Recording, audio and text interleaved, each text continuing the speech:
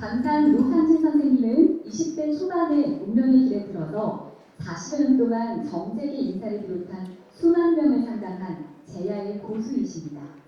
부산 박도사로 유명한 재산 박재현의 마지막 수제자로 알려져 있는데요. 방산 노상진 선생은 사주는 재산 박재현으로부터, 관사는 충산 선생으로부터, 그리고 풍수는 운간 스님으로부터 각각 찾아받았습니다. 이를 통해 수십 년 연구하고 임상한 결과 한 사람의 운명에서 사주와 관상, 풍수는 따로가 아닌 하나임을 터득한 영리학자입니다. 주요 양력으로는 KBS 드라마 왕의 얼굴, 관상 자문위원을 지내셨고요. 한양대학교 창원 한마음국제의료원 부지를 선정하셨고요. 그리고 현재 한마음국제의료원 자문위원으로 활동하고 계십니다. 여러분, 방산 노상진 선생님을 박수로 맞이해주시기 바랍니다. 여러분께 인사드리겠습니다.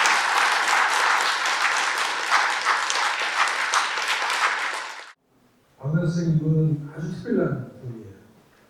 오랜 시간 동안 많은 연구를 하고 단순히 사람들을 돈벌이 수단 이런 차원보다도 진짜 운명이 뭔지를 이해하려고 노력하고 공부를 하시는 분이에요. 그래서 방 선생님이 책을 쓰신다고 했을 때 초기에 뭐 이런저런 이야기도 같이 나누면서 책이 많은 분들의 도움이 될 거라고 생각을 했어요. 그래서 기꺼이 먼 길이지만 출판님이 하신다고 해서 제가 좀 도움을 드리려고 방 선생님을 소개하고 내려온 겁니다. 그러면 방 선생님을 모셔서요. 여러분들이 굉장히 궁금한 이야기들이 많아요. 운명 사기 이런 거에 대해서 제가 하나하나 풀어보도록 하겠습니다. 방 선생님 모시겠습니다.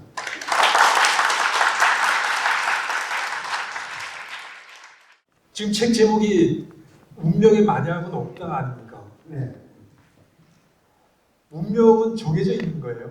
그러니까 누구는 대통령으로 태어나고 누구는 국회의원으로 태어나고 누구는 뭐 평생 동안 가난하게 살고 이게 태어날 당시는 모르겠지만 살다 보면 어떤 길을 따라서 그러니까 살 건데 선생님도 그렇고 저도 그렇고 정해져 있다고 지금까지 연구한 걸로는 그렇게 나와 있어요.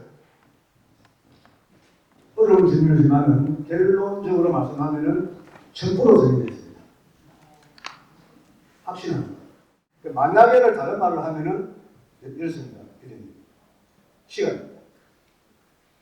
시간을 다른 말로 표현하면 만약에 안 왔으면 오늘 우리 만약에 안 왔으면 나는 못 만나죠. 그죠? 만약에 저 서방 안 왔으면 내가 고생 안 하잖아요.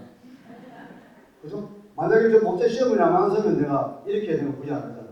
자, 만약에를 단어를 가지고 여러분 한번 써보세요. 만약에 어디에 해당이 되는 안 되는 거야. 우리가 말하고 있는 그 어느 중에 만약에라는 단어는 한 번도 안 들어가는 것이 없습니다.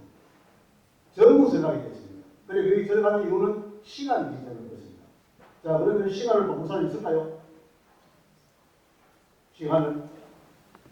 그게 우리가 갖고 있는 운명이라는 단어는 만약이라는 단어고 운명은 시간에 연결되어 있는 겁니다. 그래서 확실하게 정해져 있다. 근데 보통 이제 숙명이라고 할 때 한자로 숙명 이렇게 하면 그거는 바꿀 수 없고 딱 정해져 있는 것이고 운명이라고 할 때는 움직이는 운자잖아요. 네. 그거는 노력을 하면 바꿀 수도 있다. 내 운명은 나는 이렇게 타고났는데 뭐 예를 들면 뭐 노숙자로 사업하다 실패해서 노숙자로 살면 이렇게 했는데 내가 여기서 열심히 노력하면 사업으로 성공할 수도 있고 실제로 그렇게 성공한 사람도 있고요. 그러면 그거는 바꿀 수 있는 거 아니에요? 숙명은 무슨 뜻이냐면은 내가 태어났을 때 이미 엄마 뱃속에서 태를 따는 순간에 모든 것이 결정된 걸 갖다가 숙명이라고 보면은 자, 그 숙명은 우리가 평생 80을 살 수도 있고 100세를 살 수도 있고 그 다음에 단명하면 실제도 죽을 수 있고 실제 다 죽을 수 있잖아요. 그런데 그 안에 뭐가 들면 숙명 안에 뭐가 들면 운명이 들어있습니다. 이 숙명 안에는 운명이 들어있고 운명 밖에는 숙명이 있는 거죠. 근데 숙명과 운명이 같은 말이다 이 말이에요. 자, 남자 여자를 우리가 구분했을 때 사람이라 하면은 어떻게 구분해야 됩니까? 사람 하면 남자 여자 같은 거 아닙니까? 맞죠? 그러면은 아들이니까 딸이라고 물으면 안에 음양을 붙여야 되죠. 그럼 남자 여자 구분 되잖아요. 그래 그와 같은 말이라는 거죠. 무슨 말이냐? 숙명은 전체를 봤을 때 1년을 보면은 365일로 보면은 숙명이고 그 중에 봄들은 달개월을 나누면 운명이다 이 말이에요. 그래서 운명을 바꾸는 것이 아닙니다. 숙명 안에 들어져 가지고 시간이 변화를 하는 거죠. 그 시간을 변화하는 것을 자꾸 옮겨서 바뀐다고 이야기하는 거예요. 자, 거기 충분히 오해가 생길 수 있죠. 예. 그래서 숙명과 운명이라는 단어를 여러분들이 정확하게 인지를 하셔야 돼요. 그러면 어떤 현상이냐? 일단 조금 전에 말씀하셨잖아요.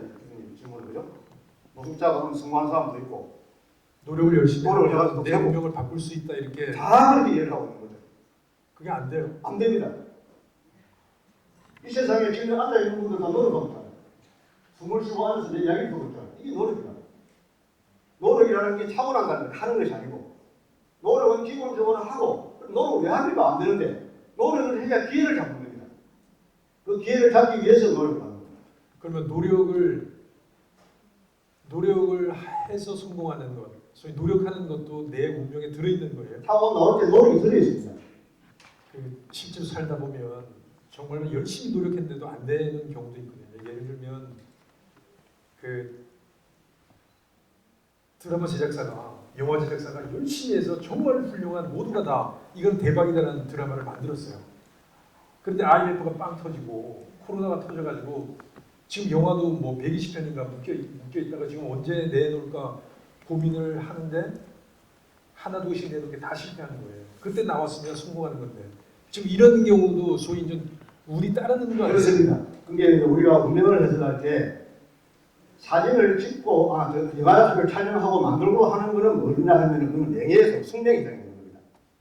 여러분 사고 날 때 그런 일을 해야 되겠죠. 그게 우리 영도 PD님도 숙명론에서는 PD론에서는 아주 크게 성공하신 분이잖아요. 어떤 경우는 정말 열심히 해도 안 되더라고요. 근데 어떤 경우는 그렇게 열심히 안 했는데 물론 남이 보면 열심히 하는 것 같지만 안 했는데도 잘 되는 경우가 있어요.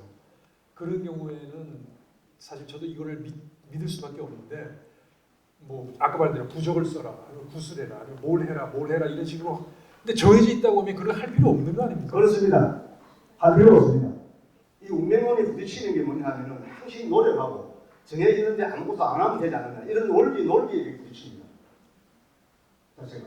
여러분들이 사람이 태어났다는 걸 생각하는 거죠. 태어나면 뭘 하는가 맨 처음에 엄마 뱃속에서 10개월 동안 있다가 셋줄을 자르고 우리 명리는 전부가 뭐와 관계있냐면 시간하고 관계있거든요. 다른 거하고는 전혀 관계 없습니다. 오로지 시간 한 번만 관계가 있습니다. 그죠? 그럼 그 세월이 정해지는 게 전부 시간성이란 말이죠. 그럼 어디서 이제 우리가 혼란이 일어나냐면은 시간성은 보이지 않으니까 이게 궁금증에 해당이 되는데 공간성은 눈으로 보인단 말입니다. 딱 보이잖아요. 그리고 보이니까 이걸 바꿀 수 있다라고 자꾸 생각하는 거예요. 그게 뭐냐 하면은 시간하고 공간하고는 타고난 사주팔자하고 그 사람 몸하고는 자기 행사만 자기 한대만 해야 되는 겁니다.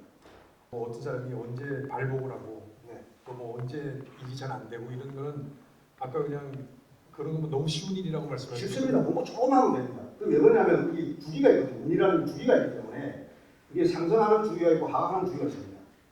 그 소위 이제 제왕절개로 그 좋은 시간을 받아가지고 태어나잖아요. 네.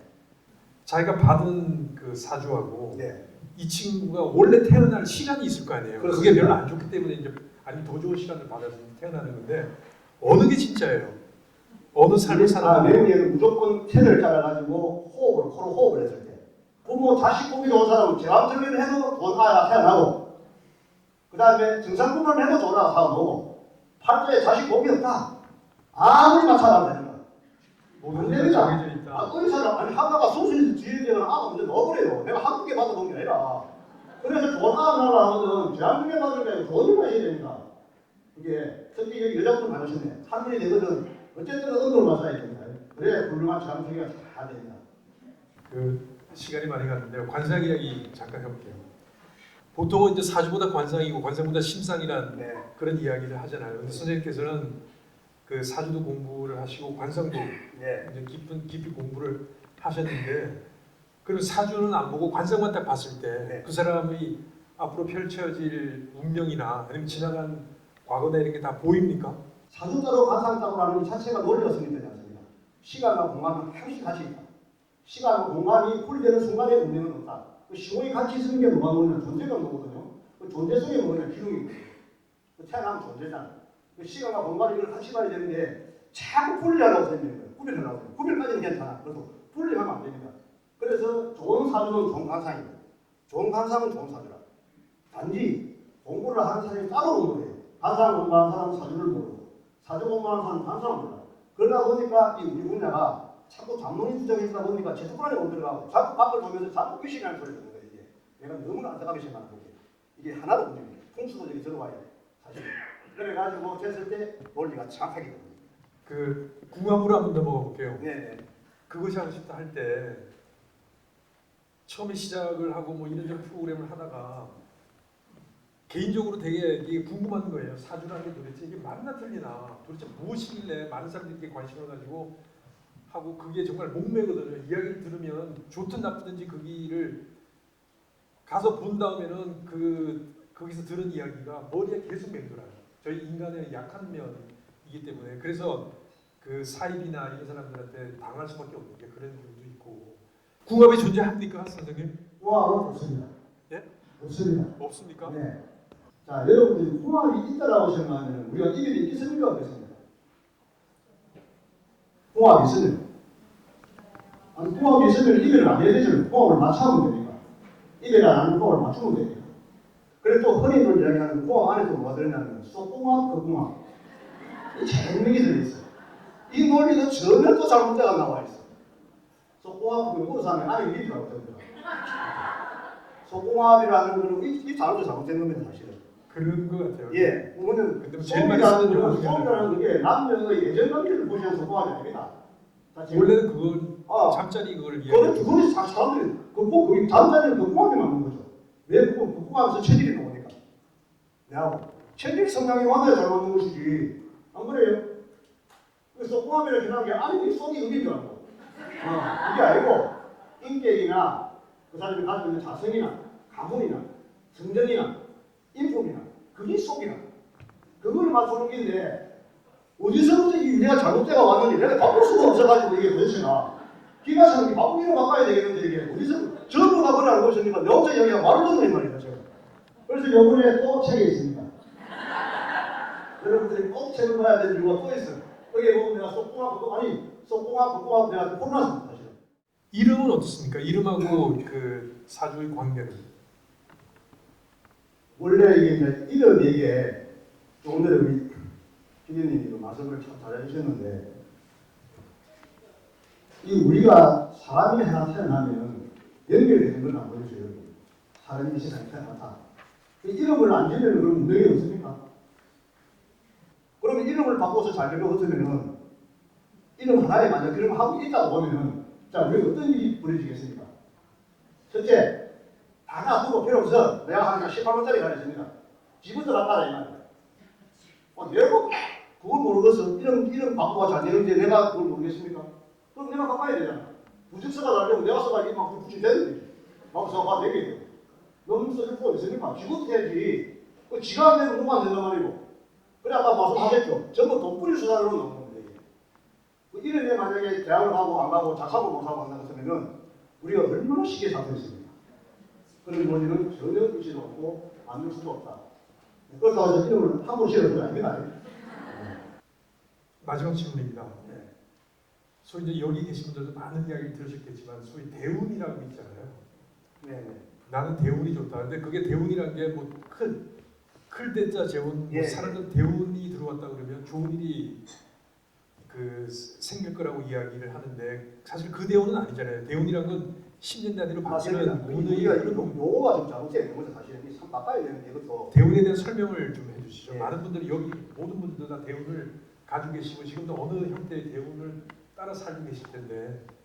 그러니까 여기서 대운이라는 건 인생에서 대중소화인데 최고 좋은 걸 우리가 대운이라고 하고 그 다음에 중간쯤 보면 프로세지 대학은 70% 이상 대운 그 다음에 60% 넘어가면 중운 그 다음에 50% 이하도 보면 소운이라 하는데 그럼 소운 정도 걸리면 실패하거나 보도나거나 사고나거나 이런 것이잖아요.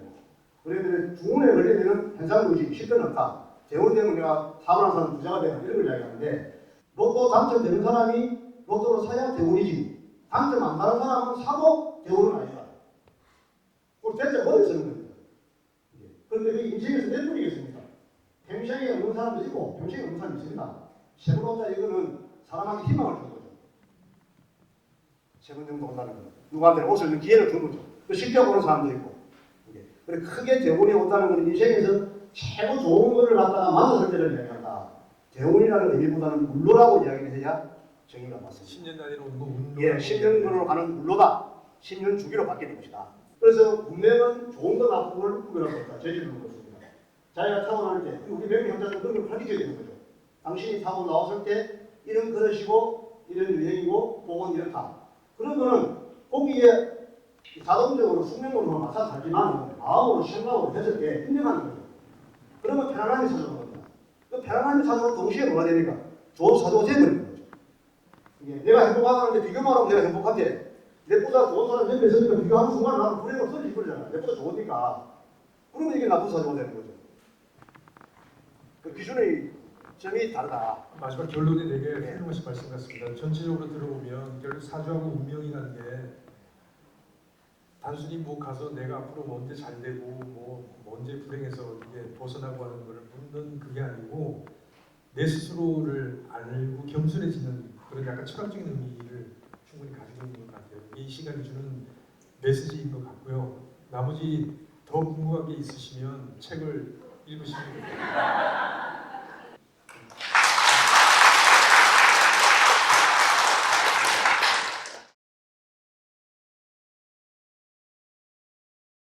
미우새라고 그 남자들이 노총각으로 늙어오는 사람들이 하는 프로가 있습니다.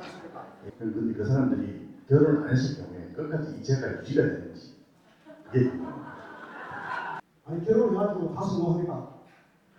남자가 5천 때문에 많은 사람 있잖아.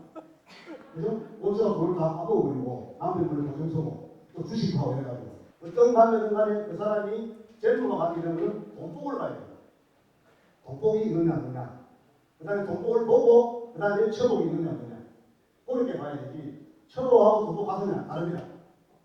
재테크를 잘하는 유능한 분께 저의 재산을 맡기는 것에 대해서 어떻게 생각하시는지, 그리고 혹시 이게 의미가 없는 행동인 건지 궁금합니다. 아주 좋은 질문입니다. 예, 박수 한번 주세요. 제가 너무 돈을 벌리는 재테크하는 지가 부자가 있을까 그래야 되겠습니다.